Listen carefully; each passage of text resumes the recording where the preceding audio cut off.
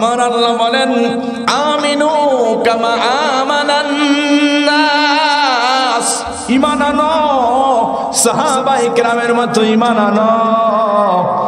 ও মা ও বোনেরা, আল্লাহ বলছেন ঈমান আনো। সাহাবীরা যারা ছিলেন, মহিলা সাহাবী ছিলেন হযরত সুমাইয়া, ঠিক কি না বলেন?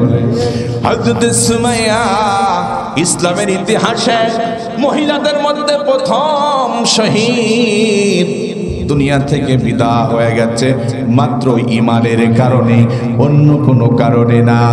হযরত সুমাইয়া আর আম্মার, তার ছেলে 18 থেকে 20 বছর বয়স, আর তার স্বামী ইয়াসার, তিনজন মিলে যখন ইসলামের দাওয়াত গ্রহণ করেছেন, ঈমান এনেছেন, আবু জেহেলের কাছে সংবাদ চলে গেল এই পরিবারের 3 ফ্যামিলি মেম্বার ঈমান এনেছে, তোমাদের ধর্মকে উপেক্ষা করে চলে গেছে। আবু জেহেল খুঁজতে থাকে। হঠাৎ সুমাইয়া আর তার সন্তান আম্মার পথে যাচ্ছিলেন, ডেকে বলে সুমাইয়া তুমি বুঝি ঈমান এনেছ? বলেন তো মুসলমান মিথ্যা কথা বলতে পারে, কিন্তু আমরা তো মিথ্যা কথা যেখানে বলা লাগে না সেখানেও তো বলি, কথা বলেন ঠিক কি না?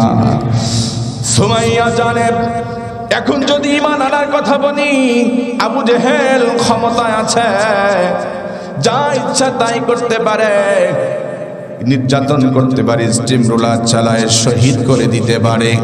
এটা জানার পরেও হযরত সুমাইয়া মিথ্যা কথা বললেন না, বললেন আবু জেহেল রে, হ্যাঁ অবশ্যই আমরা সেই এক আল্লাহর প্রতি ঈমান এনেছি। সুবহানাল্লাহ বলেন। আবু জেহেল বলল দাঁড়াও, ঈমান এনেছ, আমি অর্ডার করলাম ঈমান থেকে সরে যাও।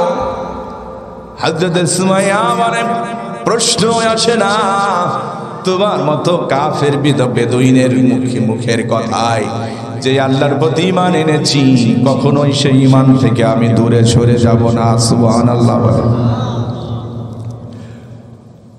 বলল ঠিক আছে দাঁড়াও, লোকজনকে ডাকলো, 2 পাশে 2টি খুঁটি পুঁতে ফেলা হলো। একটা খুঁটিতে সুমাইয়ার হাত পা বেঁধে ফেলা হলো, আরেকটি খুঁটিতে তার সন্তান আম্মারের হাত পা বেঁধে ফেলা হলো। নির্যাতনের পর নির্যাতন।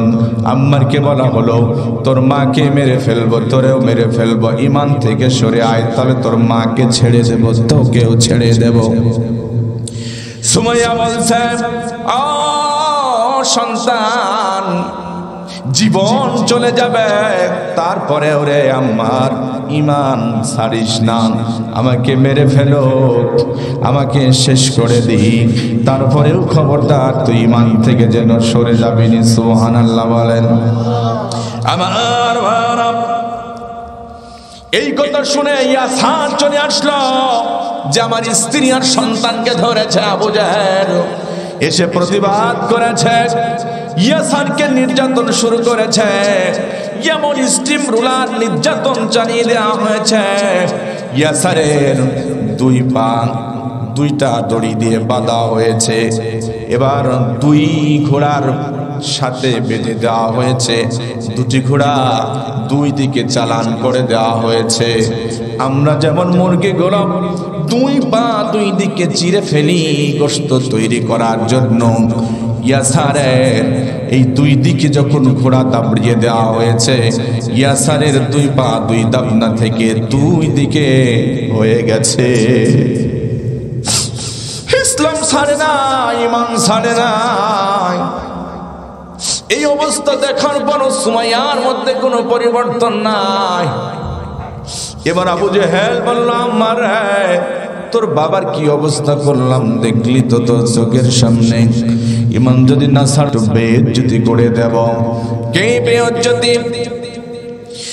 বলছে তোর মার পোশাকগুলো খুলে দেব। 20 বছর টকবগে যুবকের ছেলের সামনে যদি মায়েকে উলঙ্গ করে দেওয়া হয় তাহলে কি অবস্থা হয় রে বাবা? ঠিক তাই করা হচ্ছে। সুমাইয়া বারবার ডেকে বলে সন্তান খবরদার জীবন দেব, ইমান খবরদার যেন দিস না। সুবহানাল্লাহ বলেন, জিকির করেন লা ইলাহা।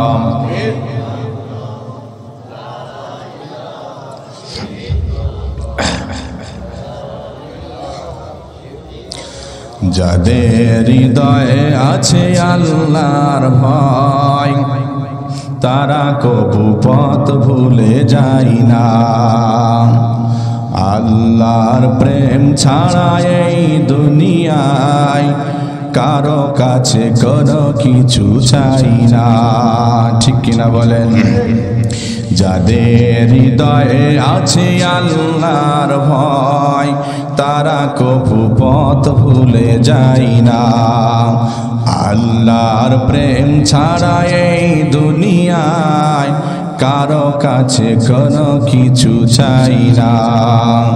রাতের আধারে যারা সিজদাতে রয়, দু চোখে রোজ রুতে নদী যেন বয়। রাতের আধারে যারা সিজদাতে রয়,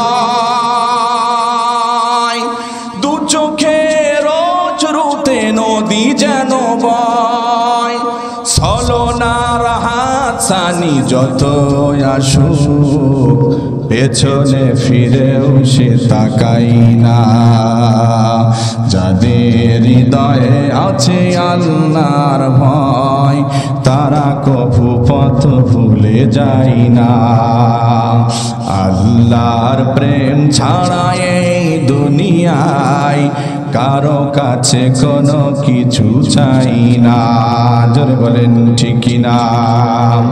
আমার ভাইরা, হযরতে সুমাইয়ার শরীর থেকে কাপড়গুলো খুলে নেওয়া হলো, লঙ্গ করে দেওয়া হলো সন্তানের সামনে।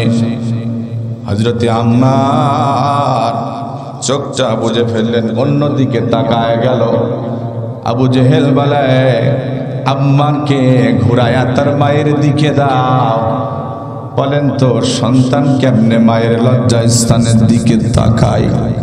এত বড় নির্যাতন শুরু করলো। আম্মার বলে, আল্লাহ, বেঁচে থাকার চাইতে মরে যাওয়াই তো ভালো। মনে হচ্ছিল যেন মাটির নিচে তলিয়ে যায়। তারপরও হযরতে সুমাইয়া বলে, বাবা খবরদার, ইমান কিন্তু বিক্রি করবি না। আর আমাদের ইমান তো নিয়ে যায় ওই যে এনজিওয়ালারা, ঠিক কিনা বলেন? একটু বিপদে পড়লেই সুদের মধ্যে চলে যায়, ঘুষের মধ্যে চলে যায়, বউকে দিয়ে টাকা নেয়, বউ বিক্রি করে দেয়, ঠিক কিনা বলে? এবার সুমাইয়াকে বলা হলো, যদি তুমি ইসলাম না ছাড়ো, ইমান না ছাড়ো, আরো নির্যাতন তোমারে করা হবে। সুমাইয়া বলে, প্রশ্নই আসে না। এরপরে বলো, একটা বল্লম নিয়ে আনো। বল্লম নিয়ে আনা হলো। হযরতে সুমাইয়া তল পেটের ভিতরে, লজ্জা স্থানের ভিতরে বল্লম ঢুকায় দেওয়া হলো। ফেনকে দিয়ে রক্ত বেরিয়ে গেল, রক্ত রঞ্জিত। এরপর সুমাইয়া ইসলাম থেকে সরে গিয়েছিল নাকি? ইমান থেকে সরে গিয়েছিল নাকি? না না, ইসলাম থেকে সরে যায় নাই রে বাবা, শহীদ হয়ে গেছে সুমাইয়া। এই শহীদের সময় আল্লাহকে ডেকে বলে, রব, তোমার প্রেমে পাগল হইয়া জীবন দিয়ে দিলাম গো আল্লাহ। ও আল্লাহ, তুমি কি আমাকে তোমার নিয়ামতের কিছু দেখাবা না? আল্লাহ পাক রব্বুল আলামিন কুরআনুল কারীমের মধ্যে বলেন, ইন্নাল্লাযীনা ক্বালু রাব্বুনাল্লাহু সুম্মাস্তাকামু তাতানাসসালু আলাইহিমুল মালাইকা আল্লা তাখাফু ওয়ালা তাহসানু ওয়া আবশিরু বিল জান্নাতিল্লাতী কুনতুম তুআদুন।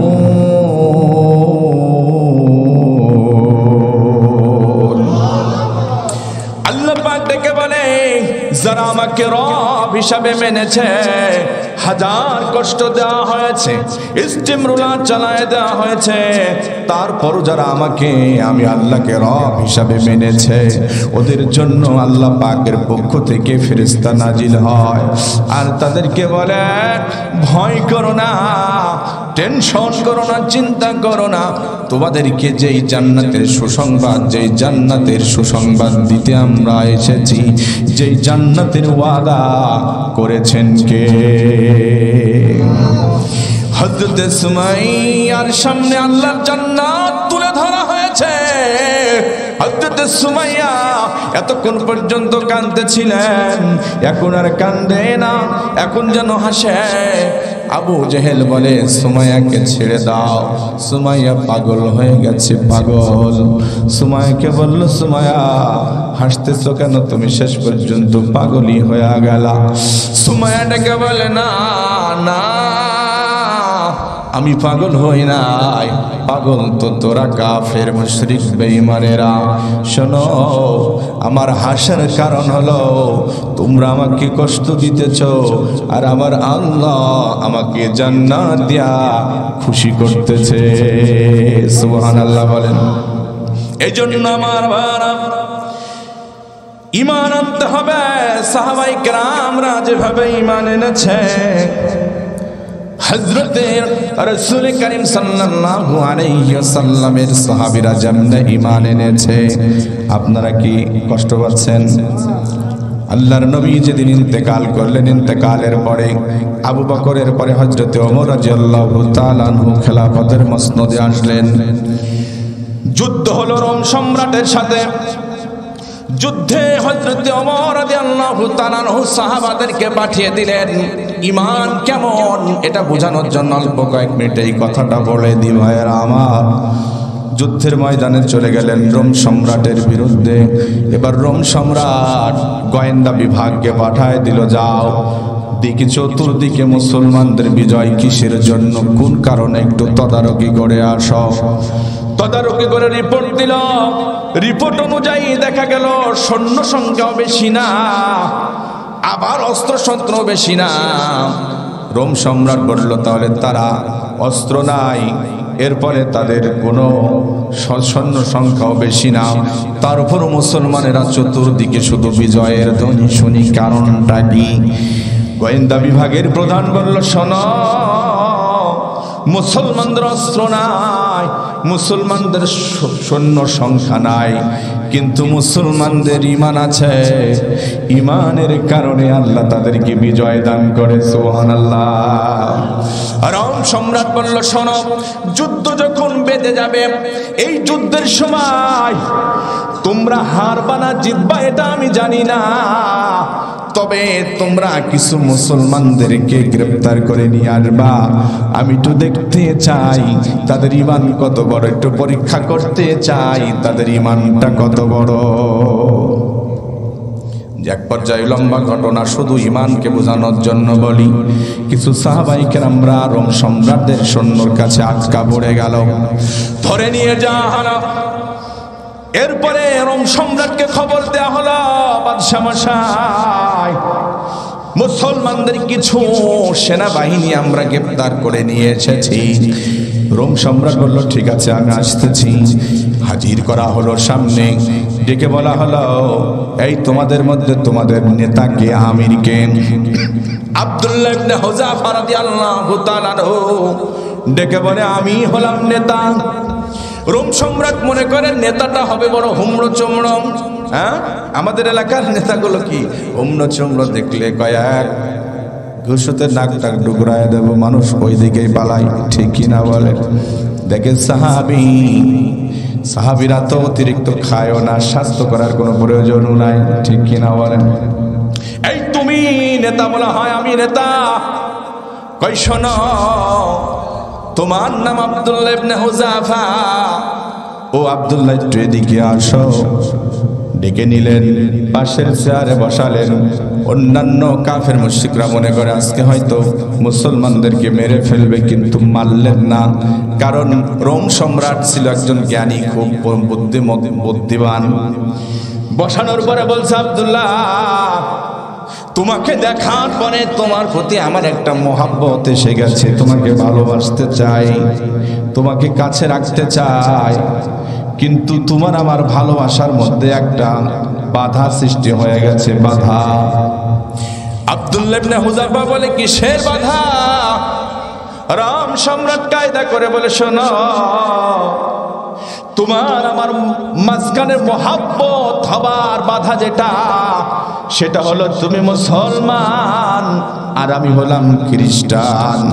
তার মানে একজন খ্রিস্টানও জানে যে এক ধর্মের মানুষ আরেক ধর্মের মানুষের সাথে মহাব্বত ভালোবাসা হয় না, কিন্তু মুসলমান হয়ে জানলাম না মুসলমানরা ইহুদি খ্রিস্টানদের কালচার গ্রহণ করতে ব্যস্ত, ঠিক কিনা? আজকে আমার চেহারার দিকে তাকালে বোঝা যায় না মুসলমান না অন্য ধর্মের। আমার পোশাকের দিকে তাকাইলে বোঝা যায় না মুসলমানের ইউনিফর্ম পরেছি নাকি কাফেরের নাকি খ্রিস্টান ইহুদিদের। বর্তমান মুসলমানদের কাছে ইহুদি খ্রিস্টানদের পোশাকই জনপ্রিয় হয়ে গেছে, নবীর সুন্নত নবীর পোশাকগুলোকে আর মানতে চায় না, ঠিক কিনা? আমার ভাইয়ারা, আমার বাদশা বলে, তুমি যদি একটু খ্রিস্টান হয়ে যাইতা, তোমার ধর্ম আর আমার ধর্ম এক, তোমারে মহব্বত করে একটু ভালোবাসতাম। শুধু ভালোবাসতাম এমনটি না, তুমি যদি আশঙ্কা করো তুমি ইসলাম ছেড়ে দিলে পারে তোমাকে ওরা নিরাপদে রাখবে না, তুমি আমার এখানেই থাকবা, কোনো টেনশন নাই। আমি আমার সুন্দরী রূপসী একটা কন্যা আছে, তার সাথে তোমার বিয়ে দিয়ে দেব, তুমি হবা আমি রোম সম্রাটের জামাই। বিয়ে করার সঙ্গে সঙ্গে আমার রোম সাম্রাজ্যের অর্ধেক তোমার নামে লিখে দেব, আর আমি ইন্তেকালের পর বাকি অর্ধেকের মালিক তুমি। এই রোম সাম্রাজ্যের একচ্ছত্র অধিপতি তুমি হবা, তুমি বাদশাহী হবা। বলেন তো লোকটা কম না বেশি? অনেক বেশি। আজকে আমাদেরকে একটা চা দিয়ে ভুলায় ফেলাই, একটা বিস্কুট দিলে আমরা শেষ। কথা বলেন ঠিক কিনা? ওই সময় আসলে পারে একটা চা আর একটা বিস্কুটই সব ইমান শেষ। যে আসে তাকেই বলে হ্যাঁ তোরই তো দিমু, হ্যাঁ, যে আসে তাকেই দেয়। তাহলে বলেন তো এক জিনিস কারে কয়টা দেবে? ইমান আছে না গেছে? না, এমন ইমান না। এই জন্য আল্লাহ বললেন আমিনু কামা আমানান নাস।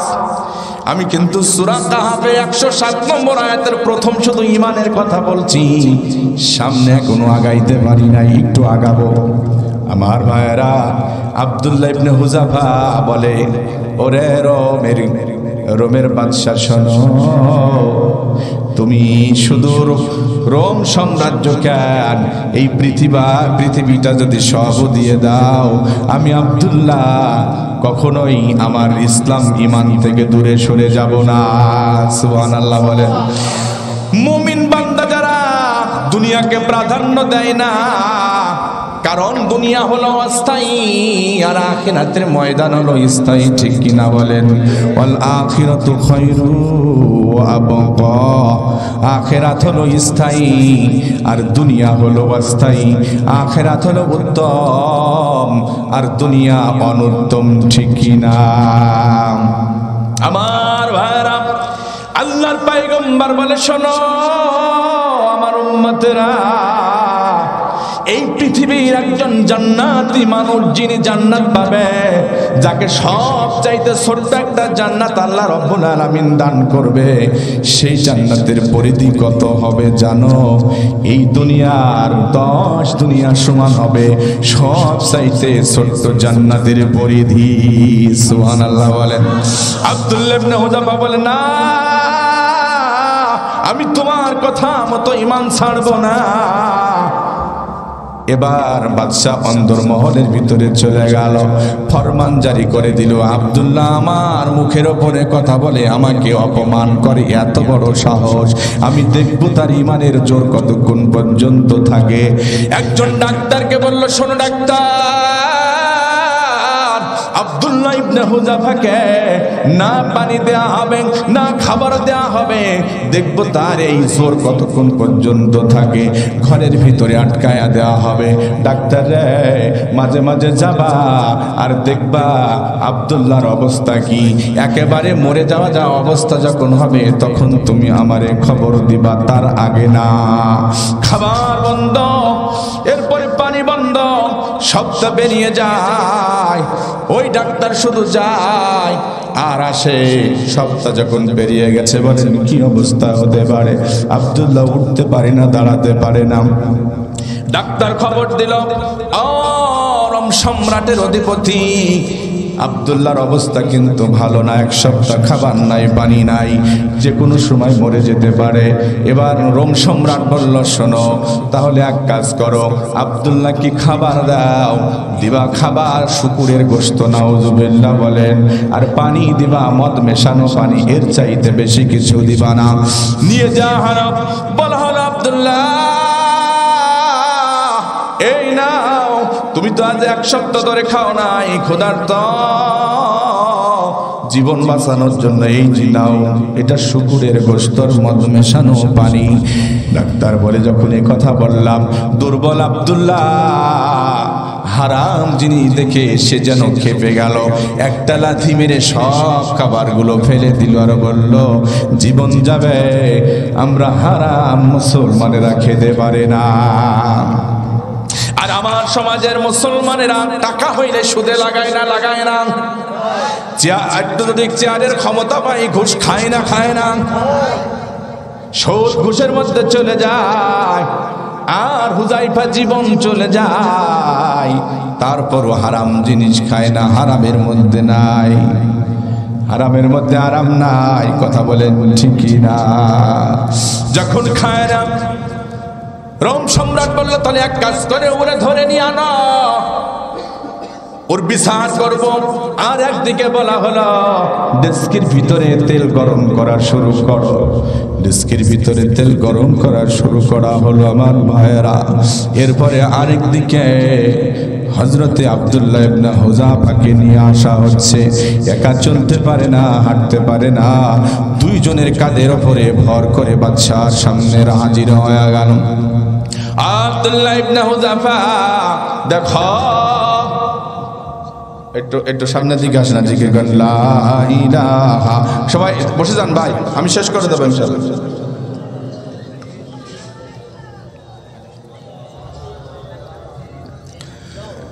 লা ইলাহা, লা ইলাহা। হাজারো ব্যথা বেদনার পরে ফিরে আসনি তুমি আপন ঘরে। দিনের আলো তুমি ছড়িয়ে দিতে চলে গেলে মদিনায় মক্কা ছেড়ে। হে রাসূল তোমাকে ভুলি আমি কেমন করে। হে রাসূল তোমাকে ভুলি আমি কেমন করে। ঠিক কিনা বলে আমার ভাইরা? আব্দুল্লাহ ইবনে হুযাফাকে বলা হলো, দেখো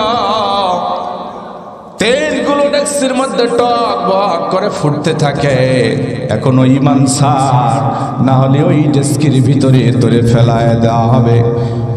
হযরতে আব্দুল্লাহ ইবনে হুযাফা ঈমান ছাড়ে না, না জীবন চলে যাবে, ঈমান ছাড়ব না।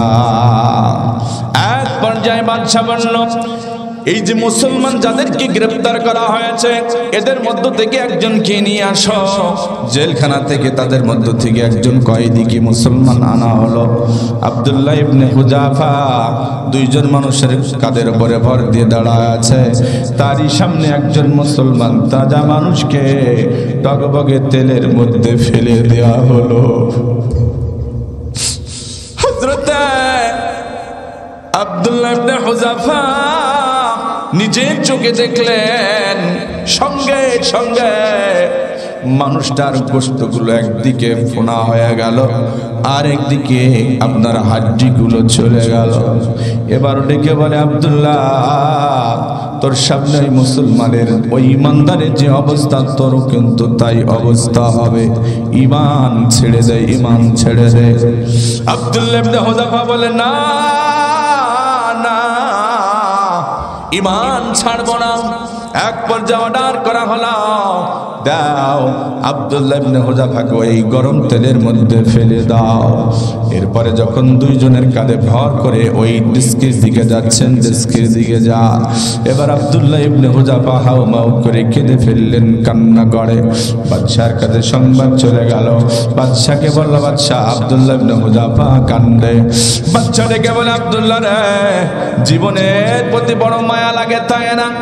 জীবনের প্রতি বড় মায়া লাগে, এখনো সময় আছে। তুমি যদি ঈমান থেকে ফিরে আসো, তাহলে তোমাকে আগুনের মধ্যে দেওয়া হবে না, তোমাকে ছেড়ে দেওয়া হবে। তুমি আর কেঁদো না রে, কেঁদো না। আব্দুল্লাহ ইবনে হুযাফা বলে, ও বাদশাহ, নিজের জীবনের মৃত্যুর ভয়ে কাঁদছি এমনটি না। তাহলে কেন রে আব্দুল্লাহ তুমি কান্দো? আব্দুল্লাহ বলে, আমি কান্দি এ কারণে যে আমার আল্লাহ আমাকে একটা জীবন দিয়েছে। আমার আল্লাহ যদি আরো 100টা জীবন আমাকে দিত, আমি আব্দুল্লাহ 100টা জীবনই আল্লাহর দ্বীনের জন্য, ইসলামের জন্য, ঈমানের জন্য দিয়ে দিতাম। সুবহানাল্লাহ। এবার বাচ্চা বলে, এরে তো মেরে ফেললে পরে তো সকল কাম হয়ে যাবে, না, মারার দরকার নাই। বারবার করে ঈমান থেকে ছড়াতে চেয়েছে, কিন্তু ঈমান থেকে ছড়াতে পারে নাই। এক পর্যায়ে বলল, তুমি যদি আমার কপালের ভিতরে একটা চুমু দিতে পারো, তোমাকে ছেড়ে দেওয়া হবে। আব্দুল্লাহ ইবনে হুযাফা চিন্তা করলো, আমার জীবনের জন্য ওর কপালে আমি চুম্বন দেব না, প্রয়োজনে অন্য আরেকটা শর্ত দিয়ে দেখি, যদি রাজি হয় তো ভালো। বাদশা, আমার চুম্বন নিয়া তোমার বড্ড শখ, কিন্তু আমার জীবনের বিনিময়ে তোমাকে আমি চুম্বন দিতে রাজি না। ওই যে আমার হাজার শত শত মুসলমানরা কয়েদখানার মধ্যে আছে, ওদেরকে যদি সসম্মানে ছেড়ে দাও, তাহলে আমি তোমার কপালের মধ্যে চুম্বন দিতে পারি, নিজের জীবনের জন্য না, নিজের জীবনের মায়ার জন্য না। সুবহানাল্লাহ বলেন। কয়েদিদেরকে ছেড়ে দেওয়ার সাথে চুম্বন দিয়েছে। আমার ভাইরা, এই জন্য আল্লাহ পাক বললেন, আমিনু কামা আমানান নাস, ঈমান আনো সাহাবাই কেরামের মতো ঈমান আনো, ঠিক কি না? আমার ভাইরা, তারা ইসলামের জন্য জীবন দিয়ে দিয়েছে, তারা ইসলামের জন্য গোটা শরীরটা রক্তে রঞ্জিত হয়ে গেছে। আল্লাহ পাক রব্বুল আলামিন বলে, আমি জান্নাত দেব। মুসলমান শোনো, 2টি কন্ডিশনের মাধ্যমে। ইন্নাল্লাহা আশতারা মিনাল মুমিনিনা আনফুসাহুম ওয়া আমওয়ালাহুম বিআন্না লাহুমুল জান্নাহ। আমি আমার মুমিন বান্দাদের কাছে আমি জান্নাতকে বিক্রি করে দিয়েছি 2টি জিনিসের মাধ্যমে, একটা জান আর একটা হলো মাল। তাহলে প্রথমে আমি বলেছিলাম ঈমান আনতে হবে, ঈমানের পরে কি? আমল। সেই আমলটা হবে 2টা জিনিসের মাধ্যমে, জান এবং মাল দ্বারা আমল করা যায়। কথা বলেন ঠিক কি না? নামাজ পড়বেন, মাল লাগবে না, কি লাগবে? জান লাগবে, নিজের শরীর লাগবে। এরপরে যাকাত দিতে যাবেন, মাল লাগবে। হজ করতে যাবেন, জানও লাগবে, মালও লাগবে। আল্লাহর জমিনে আল্লাহর দ্বীন প্রতিষ্ঠার জন্য নিজের জীবনকে রক্তাক্ত জিহাদের ময়দানেও দেয়া হতে পারে। আবার টাকাও লাগবে আল্লাহর জমিনে আল্লাহর দ্বীন প্রতিষ্ঠার জন্য, ঠিক কি না বলেন? আমার ভাইরা, ইসলামের জন্য, কোরআনের জন্য আল্লাহর নবী যখন সাহাবায়ে কেরামদের কাছে চেয়েছেন, হযরত আবু বকর, ওমররা, যাদের টাকা ছিল, পয়সা ছিল, হযরত ওসমানের মতো সাহাবী হাজার হাজার টাকা, হাজার হাজার দিনার তার সম্পদগুলো দ্বীনের জন্য, ইসলামের জন্য, কোরআনের জন্য দিয়েছে না দেয় নাই? আমার ভাইরা, এই জন্য শুধু নিজের জীবনই নয়, শুধু নামাজ কালামি নয়, আল্লাহ রাব্বুল আলামিন কুরআনুল কারীমের সূরা আনফালের 3 নম্বর আয়াতে আল্লাহ পাক বললেন, আল্লাযীনা ইউকিমুনাস সালাতা ওয়া মিম্মা রাযাকনাহুম ইউনফিকুন আর রব্বুল আলামিন বলে যারা নামাজ পড়েছে আর তাদেরকে যে সম্পদ দেওয়া হয়েছে, এই সম্পদ থেকে আল্লাহর দ্বীনের জন্য, ইসলামের জন্য, কোরআনের মাহফিলের জন্য, কোরআনের জন্য, দ্বীন প্রচারের জন্য যারা খরচ করেছে, আল্লাহ বলেন উলাইকা হুমুল মুমিনুনা হাক্কা, তারাই হলো প্রকৃত মুমিন, তারাই হলো প্রকৃত ঈমানদার। সুবহানাল্লাহ বলেন। তাহলে প্রকৃত ঈমানদার হতে হলে এবার এখানে আল্লাহ দুটি কাজের কথা বললেন। একটা হলো নামাজ কায়েম করা, নামাজ পড়া। 2 নম্বর, আল্লাহ তাআলা আমাকে যতটুকু রিজিক দিয়েছেন ততটুকু থেকে আল্লাহর দ্বীনের জন্য খরচ করা, ঠিক কি না বলেন? রব্বুল আলামিন পরে বললেন লাহুম দারাজাতুন ইনদা রাব্বিহিম, যারা দ্বীনের জন্য দান করবে আল্লাহ তাআলা তাদের মর্যাদা রবের নিকটে বাড়িয়ে দেবেন। সুবহানাল্লাহ বলেন। ওয়া মাগফিরাতু, তাদের জীবনের গুনাহ মাফ করে দেবেন। ওয়া রিজকুন কারীম, 3 নম্বর, আল্লাহ রাব্বুল আলামিন দুনিয়াতে উত্তম রিজিকের বন্দোবস্ত করে দেবেন। সুবহানাল্লাহ বলেন। আর রাব্বুল আলামিন অন্য আয়াতে বললেন লান তানালুল বিররা হাত্তা তুনফিকু মিম্মা তুহিব্বুন।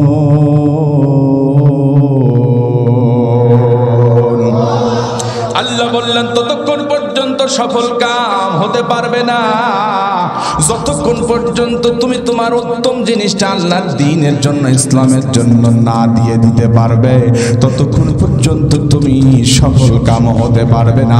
2 মিনিটে এই কোরআনের আয়াত সম্পর্কে একটু বলে দিয়ে এরপরে আমি শেষ করে দেব।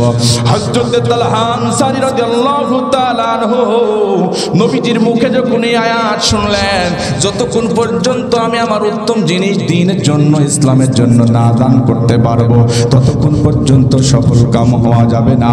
এই কথা শুনে আব্দুল্লাহ আনসারী নবীর কাছে দৌড়, নবীকে যে বলে নবী গো, হাদিসের মধ্যে এসেছে মসজিদে নববীর সামনে আবু তালহা আনসারীর একটা বাগান ছিল, যেই বাগানের নাম হাদিসের মধ্যে এসেছে বাইরুহা নামক বাগান।